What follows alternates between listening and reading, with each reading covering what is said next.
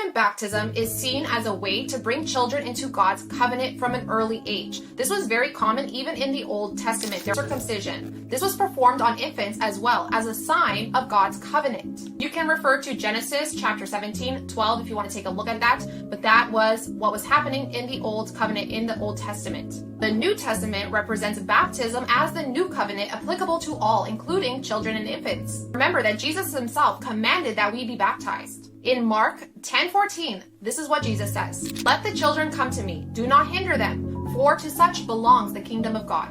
So while this is not specifically talking about baptism, it supports the idea that children are a part of God's kingdom and can be included in the sacraments of faith.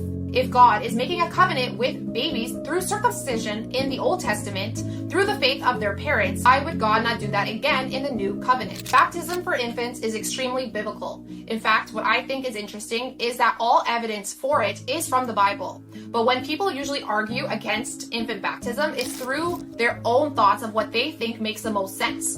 But God tells us that His ways are higher than our ways, right? That we're not always going to understand His ways.